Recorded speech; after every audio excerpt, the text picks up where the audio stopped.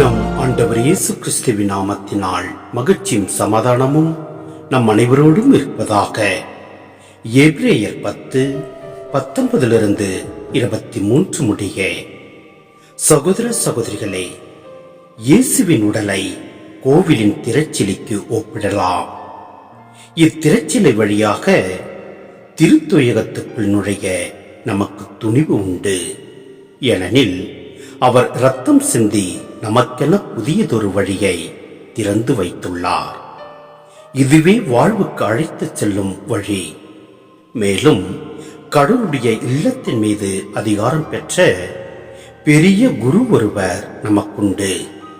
ஆதலால் தீய மனச்சான்றிலிருந்து விடுவிக்கப்பட்ட உள்ளமும் தூய நீரில் கழுவப்பட்ட உடலும் உடையவர்களாய் நேரிய உள்ளத்தோடும் மிக உறுதியான நம்பிக்கையோடும் அவரை அணுகி செல்வோமாக.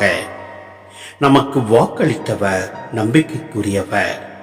எனவே நாம் எது நோக்கியிருப்பதை பற்றி தயக்கமின்றி அறிக்கையிடுவதில் நிலையாயிருப்போமாக.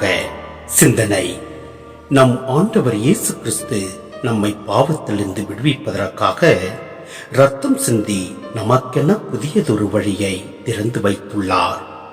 அதுவே நம்மை வாழ்வுக்கு அழைத்துச் செல்லும் வழி.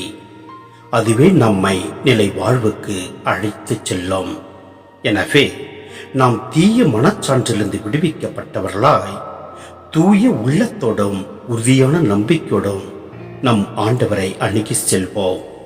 எனவே நம்மை எல்லா தீங்குகளிலிருந்தும் சோதனைகளிலிருந்து விடுவித்து நிலை வாழ்வை கொடுத்திடுவார். ஆமென்.